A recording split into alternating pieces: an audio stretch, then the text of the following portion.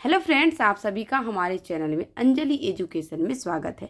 आज के इस वीडियो में हम लोग जीरो वाला घटाव बनाएंगे। सवाल को अच्छे से समझ के देखिए। यहाँ पे देखिए 3 सवाल हैं, ठीक, और तीनों सवाल में जीरो दिया हुआ है, तो जीरो वाला घटाव बन गया ये। अब हम इसको कैसे हल करेंगे? यहाँ पे देखिए, जब भी हम घटाव बनाते हैं तो इधर से लिखते हैं, इधर से बनाते हुए इधर जाते हैं, ठीक। अब देखिए, ये जीरो में से 3 घटेगा, नहीं घटेगा, तो बगल वाले से 1 लेंगे, फिर बगल वाले के पास भी नहीं, ये अपने बगल वाले के पास जाएगा, इसके पास भी नहीं है, फिर ये जाएगा 3 के पास। अब बच्चे 3 से डायरेक्ट यहाँ ले लेते, यही तरीका गलत है। पहले 3 अपने बगल वाले को देगा, तो ये बन जाएगा 10। ये जीरो है इसलिए 10 बनेगा, 1 रहता तो 11 बनता। अब ये 10 में से 1 इसको देगा, यहाँ पे बच जाएगा 9, तो ये बन जाएगा 10। अब ये 10 में से 1 इसको देगा, ठीक, और ये बन जाएगा 9। डायरेक्ट नहीं लेना, अपने बगल वाले को पहले देना, ठीक। उसके बाद 10 में से हम 3 को घटाएंगे तो हमारे पास बचेगा 7। अब 9 में से हम 4 को घटाएंगे तो हमारे पास बचेगा 5, और 9 में से हम 5 को घटाएंगे तो 4 बचेगा। यहाँ पे देखिए 3 था ना, तो 3 में से 1 हम ले लिए तो 2 बचा। अब 2 में से 1 घटाएंगे तो इसलिए हम यहाँ पे 1 लिखे, ठीक। अब ये है दूसरा सवाल। 9 में से 4 गया तो 5 बचा।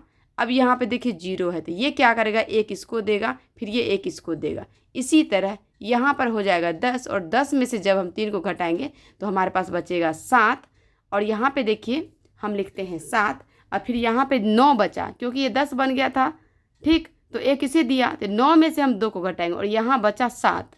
अब 9 में से हम 2 को घटाएंगे तो हमारे पास कितना बचेगा, 7। फिर 9 में से 9 घटेगा तो 0 बचेगा। अब ये 7 में से हम 1 को घटाएंगे तो 6 बचेगा। इस तरह से जीरो वाला घटाव बनाते हैं। अब ये सवाल में देख लीजिए, एक तरफ से बहुत सारे जीरो हैं, फिर ये देगा इसको, 9 से पहले ले गई इसको, फिर ये देगा इसको, इस तरह से ये 10 बना, ठीक।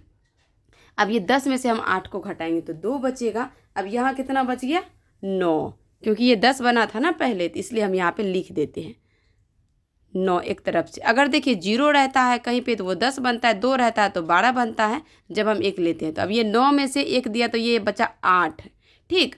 अब ये 9 में से हम 2 घटाएंगे तो 7 बचेगा, फिर 9 में से 4 जाएगा तो 5 बचेगा, 9 में से 3 घटाएंगे तो 6 बचेगा, 9 में से 5 घटाएंगे तो 4 बचेगा, 9 में से 4 घटाएंगे तो 5 बचेगा, और 9 में से 9 घटाएंगे तो 0 बचेगा। अब 8 में से हम क्या करेंगे, 6 को घटाएंगे तो हमारे पास बचेगा 2। इस चीज़ का आपको ध्यान रखना है कि जब हम जिस संख्या से लेते हैं उसके पास कितना बच गया।